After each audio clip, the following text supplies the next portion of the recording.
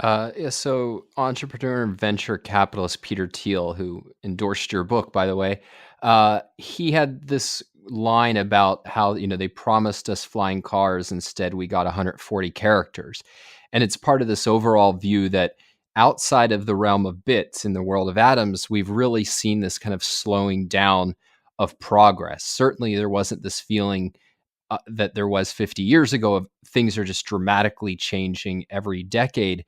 And I think in some industries, we actually have seen real transformative technology. And the oil and gas industry, I think, is a perfect example of that. But there's apparently reports that Uber, Boeing, and other companies are actually on the verge of what are being called vertical takeoff and landing vehicles, VTOLs, which is ridiculous because what they really are is flying cars. And there's no better terminology than flying cars for flying cars. But in any case, what was striking to me is that the first time I encountered this being reported in legitimate news publications, the LA Times and Axios, um, is all in the context of, well, what's this going to do to CO2 emissions? And people worried that, well, if the cars are traveling more than 11 miles, then from a climate standpoint, it's great. It actually has fewer emissions than people driving around in automobiles. But most commutes, or I'm sorry, over 22 miles, but most commutes average about 11 miles. And that doesn't make sense from a climate standpoint. And so there's all these worries that like people will start using it for commutes. And the idea that your first reaction to like realistic promise of flying cars within a decade or two is how much CO2 is striking to me.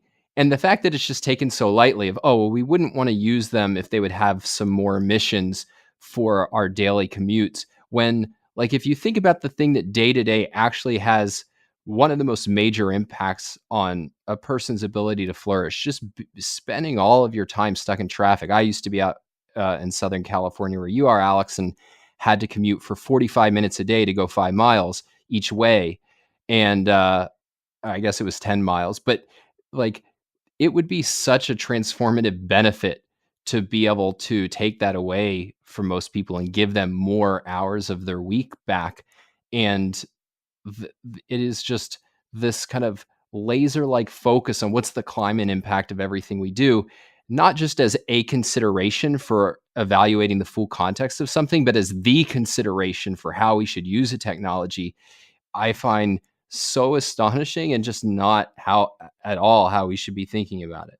Yeah, and what would when we're in periods of technophobia, there's a certain amount of gratitude that I have for the past achievements that maybe wouldn't be allowed today. So you think about just air travel and how would that be received today? It's like, oh, well, we can fly.